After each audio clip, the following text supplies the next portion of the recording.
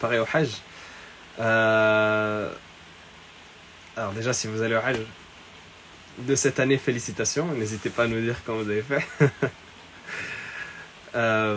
Mais les conseils pour se préparer, c'est d'essayer de prendre conscience que le Hajj doit commencer bien avant votre arrivée à Mecca ou votre arrivée à Médine.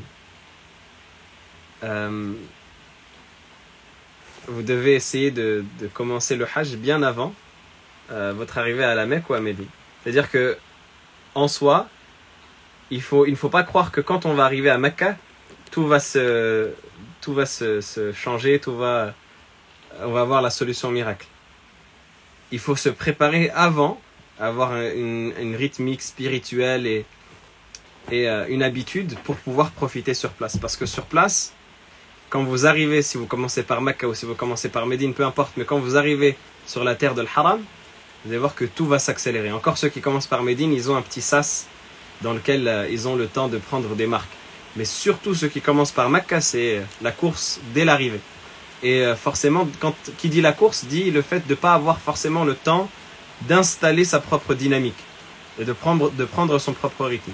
Ce qui fait que ça peut causer des situations problématiques où on va avoir des gens qui vont être perdus à leur arrivée parce qu'ils n'auront pas pris la peine d'organiser cela avant. Alors qu'on voit que malheureusement, c'est triste, mais on voit que s'ils ont un voyage à faire, s'ils ont quelque chose à prévoir sur le long terme, eh bien ils vont s'y préparer des mois avant. Et c'est très bien d'ailleurs, ceux qui font des randonnées, ceux qui font des treks, etc. Ils commencent à une préparation physique bien avant le fait de commencer. Ils commencent à escalader les montagnes ou les collines autour de chez eux avant de passer par exemple à la grande montagne qu'ils veulent escalader. Parce qu'ils commencent par une préparation graduelle pour pouvoir être prêts le jour J. Et malheureusement, le Hajj, c'est la dernière chose à laquelle on pense, pour laquelle on pense à se préparer. Le maximum qu'on fait pour se préparer, c'est d'assister, et encore souvent entraînant des pieds, d'assister aux conférences ou d'assister aux réunions que l'agence avec laquelle on va partir organise.